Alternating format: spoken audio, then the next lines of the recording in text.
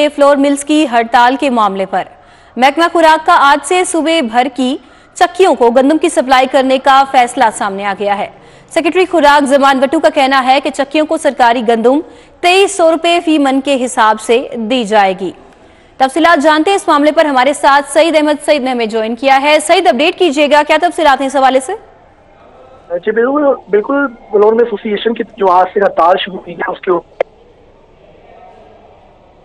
जी सईद, आगाह कीजिएगा इस हवाले से। आप हमें बताएंगे कि गंदम 2300 रुपए फीमन के हिसाब से अब दी जाएगी चक्कियों को ही। खुराक ने आज से सूबे भर की चक्कियों को जो सरकारी नामे के ऊपर गंदम देने का फैसला है वो किया है, और ये फैसला इसलिए किया है कि जो फ्लोर मिल एसोसिएशन की तरफ से हड़ताल का ऐलान किया गया है उसके खिलाफ ये इकदाम हैं जो महकमा खुराक ने उठाए हैं। और इस वजह से जो सेक्रेटरी खुराक हैं जमान वट्टू, उनका मौक़िफ़ ये सामने आया है कि चक्की को सरकारी गंदम 2300 रुपए फी मन की हिसाब से है वो दी जाएगी, और चक्की को आटे की सप्लाई देने के लिए जो SOP और नोटिफिकेशन है वो जारी कर दिया गया है। जबकि फर्स्ट तो ये भी मौक़िफ़ है कि लाहौर की जो सारी फ्लोर मिलों को इतवार को अपना जो सरकारी कोटा है वो उठाया है और मार्केट में आटे की फरमानी मौजूद है और किसी जगह किल्लत है वो नहीं पाई गई। और ये भी मौक़िफ़ तैयार किया है कि मार्केट में टकिंग पॉइंट पर 20 किलो आटे का थैला जो है वो 1295, जबकि 10 किलो का थैला है वो 648 रुपए में ये है वो दस्तयाब होगा। और पंजाब भर की 970 में से जो 300 मिलें भी अगर अपना आटा फराहम करेंगी तो पंजाब में किल्लत पैदा नहीं होने देंगे। ये मौक़िफ़ तैयार किया है महकमा खुराक की तरफ से। जबकि दूसरी तरफ जो फ्लोर मिल एसोसिएशन है उन्होंने आज से गैर मुअय्यना मुद्दत के लिए हड़ताल का ऐलान है वो किया है, और मौक़िफ़ यही तैयार किया है जो गैर जरूरी पकड़ दक्कर और बिला वजह जो फ्लोर मिलों के गंदम के कोटे मुअत्तल किए गए हैं उसके खिलाफ इन्होंने एहतजाज किया है। और ये मुतालबात रखे हैं कि हुकूमत वक़्त और जो फैक्ट्री खुराक हैं वो फौरी तौर पर फ्लोर मिल एसोसिएशन के मुतालबात तस्लीम करें, नहीं तो आज से सरकारी जो गंदम का कोटा है वो नहीं उठाया जा रहा, जिससे के बाद कल से शहर समेत पंजाब भर की जो बाजारों के अंदर सस्ता सब्सिडाइज्ड हुकूमती आटा है वो दस्तयाब नहीं होगा। जी सईद अहमद सईद, बहुत शुक्रिया, आपने तफसीलन अपडेट किया। इसी हवाले से chairman flour mills association Iftikhar Mattu का क्या कहना था, आइए आपको सुनवाते हैं।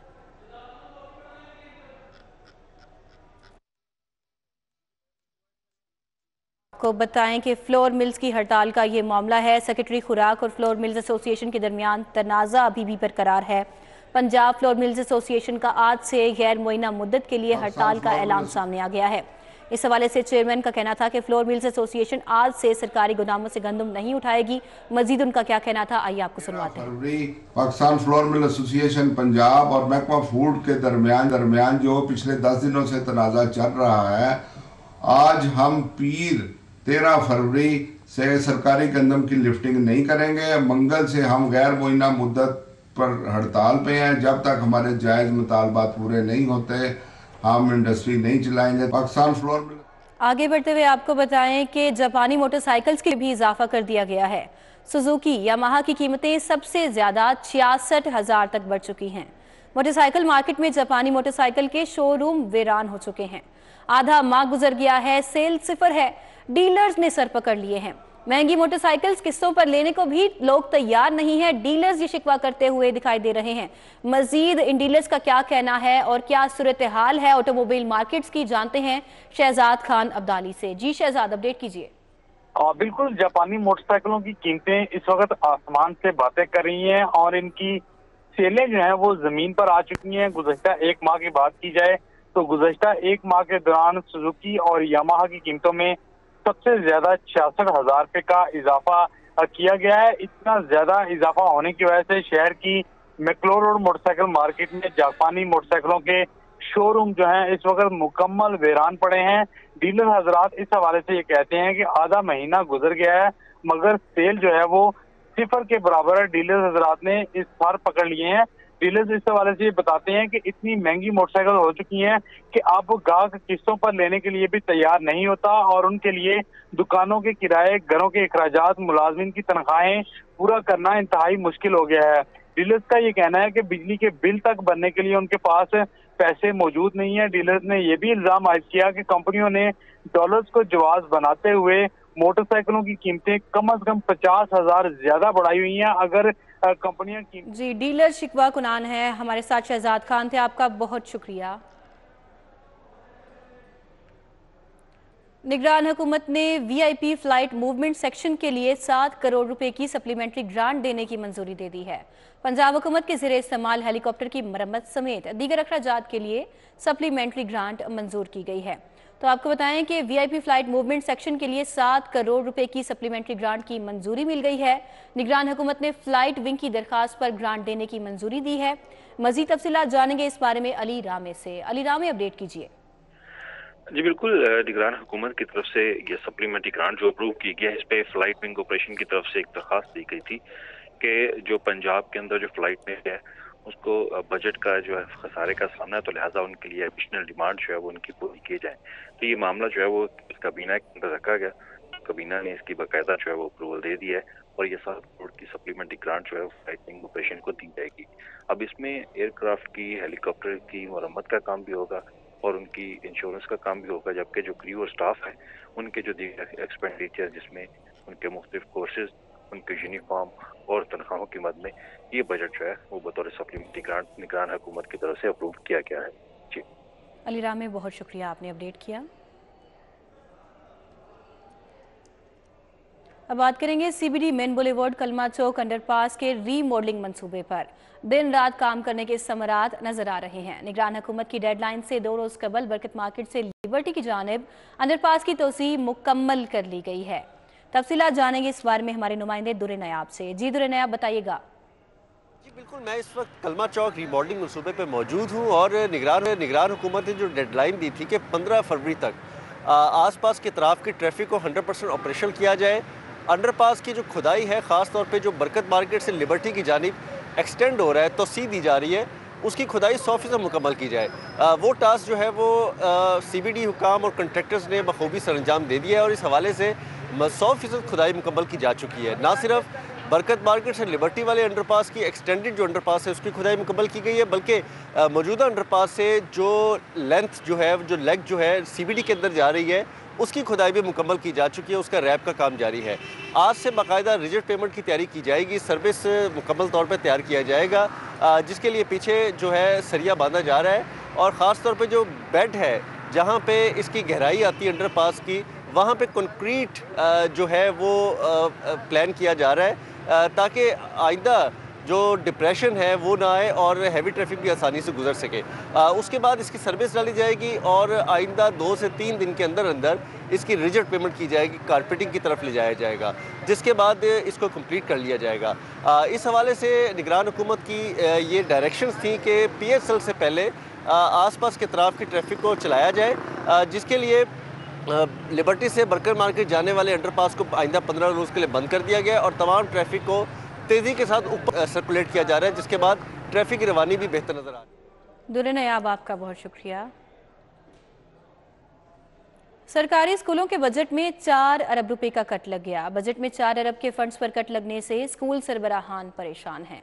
फंड्स को दर्सी कुतब की छपाई के लिए PCTB को देने का हतमी फैसला किया गया है।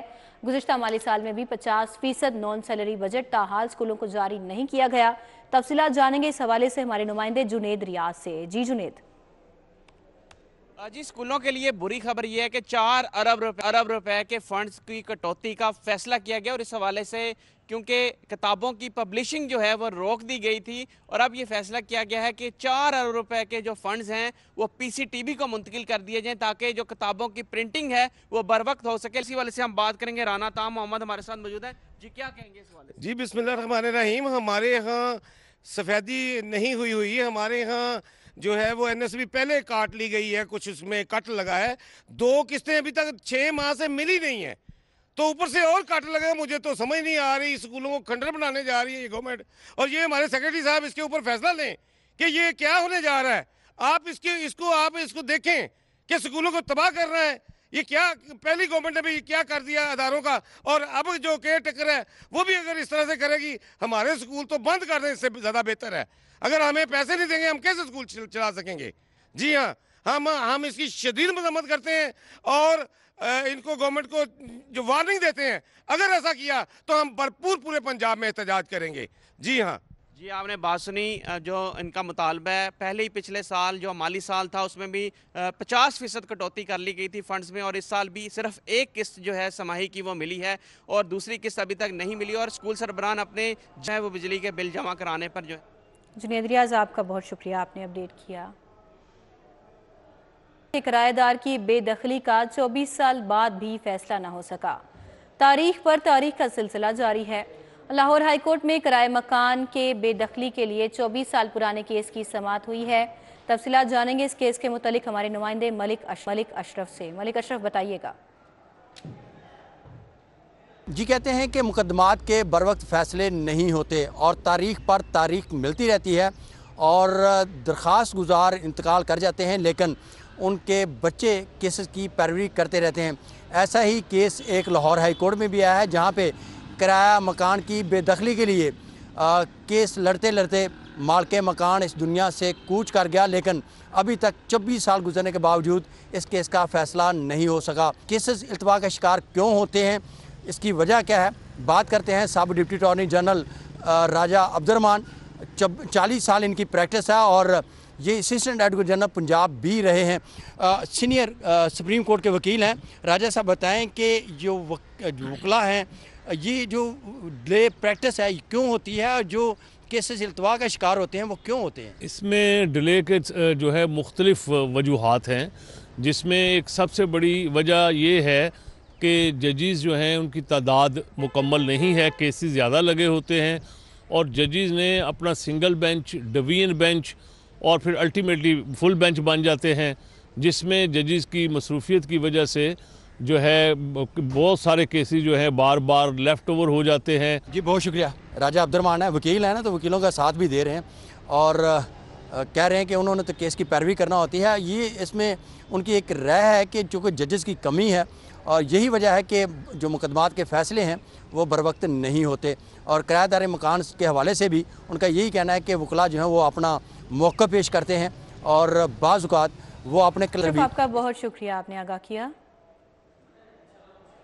मुस्लिम टाउन की 15 साला लड़की का निकाह फैमिली अदालत में जा पहुंचा। लड़की के वालिद ने निकाह को अदालत में चैलेंज कर दिया है। तफसीलात जानते हैं इस बारे में शाहीन अतीक से। जी शाहीन अतीक, आगाह कीजिए। जी, हमारे माशरे में सोशल मीडिया ने नौजवान नस्ल को इस हद तक ख़राब कर दिया हुआ है कि वो अपनी ज़िंदगी के फ़ैसले करने से पहले जो है वो सोचते तक नहीं है। यहाँ पर फैमिली अदालत में एक केस जो है वो पेश हुआ, जिसमें एक लड़की सुरैया जिसका नाम था, उसने एक 50 साला शख्स के साथ जो है वो शादी कर ली। अब अदालत में उसके वालिदैन ने इस निकाह को जो है वो चैलेंज किया है। उनका कहना यह है कि हमारी बच्ची नासमझ थी, इसने जो है वो शादी 50 साला शख्स से जो है वो कर लिया और ख़ास तौर पर इस में निकाह के अंदर कोई वली भी जो है वो शामिल नहीं है। अदालत में इस्लामाबाद की एक जजमेंट जो है वो भी पेश की गई है, जिसमें कहा गया है कि 18 साल से जो कम उम्र की लड़की है वो भी वो शादी जो है वो नहीं जो है वो कर सकती। और इसके अलावा अदालत में जब ये जजमेंट पेश की गई तो अदालत में दोनों फ़रीक़ैन के वकला मौजूद थे और इन्होंने अदालत में जजमेंट के ऊपर जो है वो बहस करने के। ठीक, आपका बहुत शुक्रिया। अब बात करेंगे लेस्को अफसरान के दरमियान इख्तिलाफात के हवाले से। लेस्को अफसरान के दरमियान इख्तिलाफात पैदा होने के वाक़यात में इजाफा होने लगा है। डीजी एडमिन मियां अफजल और डिप्टी मैनेजर के दरमियान सर जंग शुरू हो चुकी है। तफसीलात जानते हैं शाहिद नदीम सिप्रा से। शाहिद सिप्रा, बताइएगा क्या वजूहात हैं इख्तिलाफात की? जी बिल्कुल, लाहौर इलेक्ट्रिक सप्लाई कंपनी के अफसरान के दरमियान इख्तलाफात बढ़ने के वाक़यात में इजाफा होता जा रहा है। दरानी ये बताया है कि बोर्ड ऑफ डायरेक्टर्स के बाद अब director general admin Mian Afzal और deputy manager security Usman Niazi के दरमियान भी सर जंग शुरू हो गई है। और उसकी जो बुनियादी वजूहात बताई गई हैं कि डिप्टी मैनेजर सिक्योरिटी की जानिब से एक दरख्वास्त लेस्को चीफ चौधरी मोहम्मद अमीन को दी गई है, जिसमें यह कहा गया है कि डीजी एडमन की जानिब से उनके जो इंतज़ामी अमूर हैं उसमें बराह रास्त मुदाखलत की जा रही है और उनको टारगेट किया जा रहा है। लिहाजा इस बात की तहकीकात की जाए, जिस पर लेस्को चीफ की जानिब से एक आला सतह की तहकीकाती कमेटी बनाई गई है, जिसके सरबराह जनरल मैनेजर टेक्निकल लेस्को फाजिल मसूद को बनाया गया, जबकि दीगर जो मेम्बरान उसमें शामिल हैं वह डायरेक्टर कस्टमर सर्विस राय अस्कर और मैनेजर इंटरनल ऑडिट रखा गया है। लेस्को चीफ ने इनसे इंक्वायरी रिपोर्ट मांगी है। जैसे ही कमेटी की जानिब से इंक्वायरी रिपोर्ट मुरतब की जाएगी तो उसके बाद ये केस बोर्ड ऑफ डायरेक्टर्स के सामने रखा जाएगा और उस उसी रिपोर्ट की रोशनी में मज़ीद कार्रवाई अमल में लाई जाएगी। ताहम इससे कबल जब बोर्ड ऑफ डायरेक्टर्स के और लेस्को चीफ के दरमियान इस तरह के इख्तलाफात की एक खबर सामने आई, अब ये दूसरी खबर सामने आ रही है कि DG एडमिन और डिप्टी मैनेजर सिक्योरिटी के दरमियान भी इख्तियारात की बुनियाद पर सख्त जंग शुरू हो रही है, जिसकी बुनियाद पर इंतजामी अमूर मुतासिर खदशात पैदा हो रहे हैं। शाहिद नदीम सिप्रा, आपका बहुत शुक्रिया। कमिश्नर बहावलपुर राजा जहांगीर अनवर को OST बना दिया गया है। आपको आगाह कर रहे हैं कि डॉक्टर एहतशाम अनवर को कमिश्नर बहावलपुर तैनात कर दिया गया है। अहम तैनाती है ये। डॉक्टर एहतशाम अनवर को कमिश्नर बहावलपुर तैनात कर दिया जा चुका है। तफसीलात जानते हैं एडिटर ब्यूरोक्रेसी कैसर खोखर से। जी कैसर खोखर। जी बिल्कुल, कमिश्नर बहावलपुर डिवीजन राजा जहांगीर अनवर का तबादला कर दिया गया है और राजा जहांगीर अनवर को फौरी तौर पर हुकूमत पंजाब ने OST बनाने का नोटिफिकेशन जारी किया है और डॉक्टर एहतशाम अनवर जो है उन्हें कमिश्नर बहावलपुर तैनात किया गया है। ये नोटिफिकेशन जारी कर दिया गया है। जी कैसर खोखर, आपका बहुत शुक्रिया, आपने अपडेट किया।